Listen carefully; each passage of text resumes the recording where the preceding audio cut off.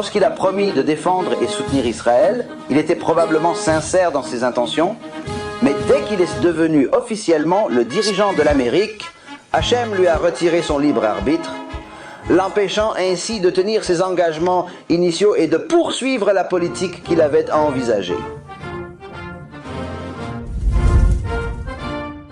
Alors que nous continuons avec la série de Pirkei Avot, Hachem, nous recevons beaucoup de retours positifs. Nous allons également essayer de couvrir certains événements récents, car malgré tous nos efforts pour influencer le monde avec la Torah, la vie quotidienne est submergée par la politique, mais les gens doivent la gérer.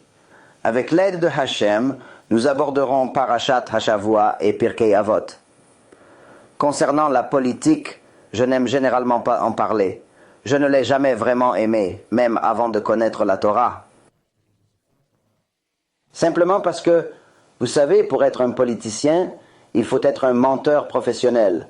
C'est simplement une réalité. Ce n'est pas nécessairement une nouvelle perspicacité que j'ai créée. C'est ce que c'est.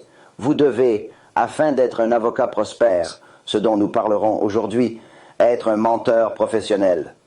Et la plupart des politiciens sont d'anciens avocats. Les avocats et les juges, et ainsi de suite, et la raison en est que vous devez être capable de parler des deux côtés de votre bouche. Dire une chose et faire autre chose est souvent nécessaire, c'est la correction politique. Politiquement correct n'est pas un compliment, on parle des deux côtés de la bouche. Avec des actions qui semblent appropriées, mais ne sont ni convenables ni nécessaires. C'est devenu une norme dans notre société. Cette pratique s'est enracinée et influence nos interactions, nos discours publics et nos décisions. Il est certainement préférable pour Am Israël de ne pas avoir Hillary Clinton comme présidente et son assistante controversée, Huma Abedin, au pouvoir. Cependant, je ne dirais pas nécessairement que cela signifie que le Mashiach est là. Ce n'est pas si simple, vous savez.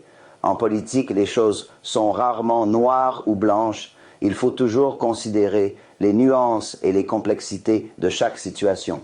Donald Trump semble agréable, et c'est bien que sa fille se soit convertie, mais cela ne signifiait rien, vraiment rien du tout. Il a promis de défendre Israël, et à ce moment-là, il le pensait probablement sincèrement. Il a dit qu'il serait aux côtés d'Israël et qu'il agirait en conséquence, sans aucun doute. Mais dès qu'il est devenu président, les choses ont changé. Le dirigeant de l'Amérique officiellement, Hachem lui a retiré son libre arbitre. La Torah nous enseigne que son libre arbitre est supprimé. Hachem l'utilise comme un outil pour accomplir sa volonté divine. Si Am Yisraël fait teshuva, il l'emploiera assurément pour leur bien. Sinon, hélas, pour les réveiller, un processus souvent désagréable. Personne n'aime vraiment se réveiller brusquement. C'est une vérité universelle que nous connaissons tous.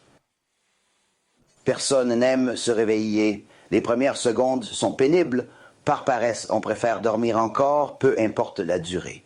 Se lever le matin est désagréable pour tous. Une fois debout, on espère une bonne journée, mais le réveil reste difficile. Ce concept s'applique aussi au réveil face à la vérité. Changer de vie demande des sacrifices. Respecter le Shabbat, modifier son alimentation, quitter un conjoint non-croyant ou changer de synagogue si elle vénère un rabbin plutôt qu'Hachem. C'est un réveil spirituel. Ces changements, bien que redoutés, sont essentiels pour revenir aux vraies pratiques du culte et retrouver le droit chemin. Sont véritablement un outil nécessaire de Hachem. Donc je pense que lorsque les gens célèbrent tant la victoire de Donald Trump et pensent que tout ira bien désormais, je crois que c'est une illusion totale. C'est un réveil difficile qui nous attend, mais nécessaire. Ce n'est pas l'esprit de la Torah, c'est mieux rationnellement, mais que va-t-il arriver? C'est entre les mains de Hachem, comme toujours. Voyant que l'humanité, souvent insensée, allait probablement faire le mauvais choix, Hachem a dû prendre le contrôle pour nous guider vers le droit chemin. Il nous a donné des règles et des commandements pour nous aider à vivre une vie juste et pieuse.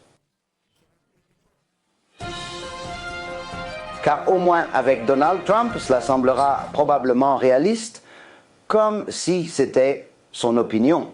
Tandis que si Hachem voulait que Hillary Clinton cesse d'être antisémite, c'est plus irréaliste. Donc, je pense qu'en fin de compte,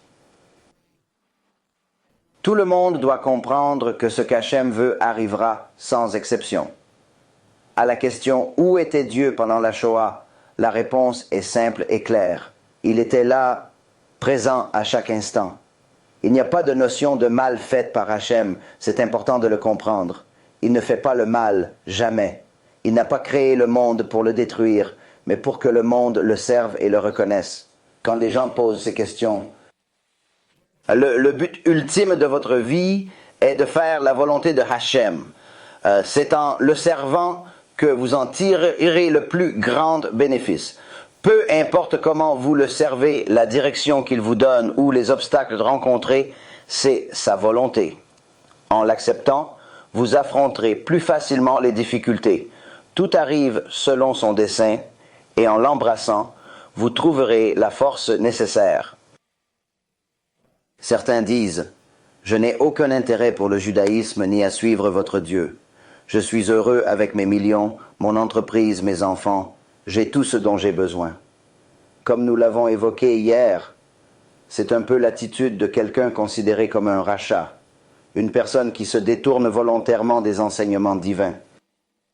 Quelqu'un de méchant envers Hachem ne respecte pas les mitzvot et la volonté divine. Comment expliquer sa prospérité?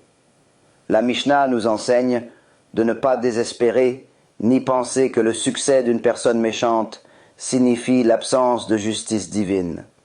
Gardons confiance en Hachem et sa sagesse infinie. Est dans une bonne position dans ce moment que Hachem ne va pas le punir. La punition viendra, et ce n'est pas seulement dans le monde à venir, c'est aussi dans ce monde. Les gens voient l'illusion, ignorant les difficultés réelles cachées derrière. On ne publie pas la vraie vie avec ses hauts et ses bas. Quand Hachem décide de diriger le monde, il le fera. Rien ni personne ne peut l'en empêcher, quelle que soit sa puissance. Le mieux que nous puissions faire est d'accepter sa volonté. Ils ignorent l'autisme d'un enfant et l'infidélité conjugale, vérité cachée. Vous ne voyez pas la réalité des gens, leur vraie lutte quotidienne. Quand Hachem dirige le monde, personne ne peut l'arrêter, ni vous, ni moi, ni aucun dirigeant, pas même le plus puissant. Notre seule option est d'accepter son plan avec humilité et foi en sa sagesse infinie, même si nous ne comprenons pas tout. Acceptons que servir Hachem est dans notre intérêt, car nous en bénéficions. Puisque nous devons le faire, faisons-le avec amour. Plus nous sommes proches de Hachem, plus nous en tirons profit. Choisissons donc de le servir de tout cœur. Les processus sont appréciables, mais l'illusion que tout ira bien, simplement grâce à un nouveau dirigeant, un nouveau politicien, m'effraie profondément. Les gens célèbrent prématurément, comme si le Mashiach était déjà là, parmi nous. Cette attitude m'inquiète grandement, car elle rappelle étrangement la période juste avant la Seconde Guerre mondiale et la Shoah. Cette illusion dangereuse évoque des moments sombres et tragiques de notre histoire. Les Juifs dominaient la politique et l'économie allemande, au sommet de l'échelle sociale, sauf dans le domaine religieux. 80% étaient mariés à des non-juifs, convertis au christianisme ou catholicisme. Cette assimilation touchait de nombreux pays européens, avec un fort abandon de la religion juive. Paradoxalement, malgré leur succès dans la société, ils s'éloignaient de leurs racines, ce qui aurait des conséquences inattendues par la suite. Le point est que nous avons fait tout sauf ce que Dieu nous a dit. Alors Dieu a dit, d'accord, vous pensez avoir tout l'argent, vous pensez avoir tout le pouvoir, vous mettez tous vos œufs et tous vos investissements et pariez sur les hommes. Et j'ai écrit dans la Torah, maudit soit l'homme qui dépend de l'homme. Au lieu de Dieu, Cela signifie que l'orgueil de l'homme est ce que Hachem va utiliser comme un outil pour l'humilier, pour le faire tomber. Et tout comme ces politiciens en Allemagne pensaient qu'ils faisaient du bien, ils étaient aveuglés par leur propre importance. Hachem a permis que ces mêmes politiciens élisent et portent au pouvoir le même tyran cruel qui a fini par tuer 6 millions d'entre nous, notre peuple. Hitler. Je pense que le fait que tant de personnes dépendent du gouvernement et de quoi que ce soit, c'est simplement une erreur et cela me rend très triste que les gens consacrent tant de leur énergie à le suivre. C'est comme s'ils cherchaient un sauveur. Je ne le connais que par mes élèves, mais son influence reste palpable. Vous savez, on me dit « Oh, vous voyez ceci, vous voyez cela. Je ne sais pas, je ne le vois pas, mais je vous entends. Je vous entends en parler, vous en parlez, vous en parlez. Tout le monde en parle. Alors, écoutez, tout va bien. » Je ne le vois pas forcément ainsi. Venant de Wall Street, je suis peut-être plus sceptique. Nous étions payés pour chercher les signaux d'alarme, les défauts, ce qui ne va pas. Quand vous analysez une entreprise, si vous n'êtes qu'optimiste, vous échouerez. Vous réaliserez, cette entreprise falsifie ses comptes, elle triche, alors que vous étiez tellement enthousiasmé par son avenir. Vous n'avez pas réalisé que les perspectives de leurs nouveaux produits et leurs finances étaient fausses, car vous étiez trop optimiste. C'est pour cela que nous sommes payés. Le même concept s'applique aux politiciens.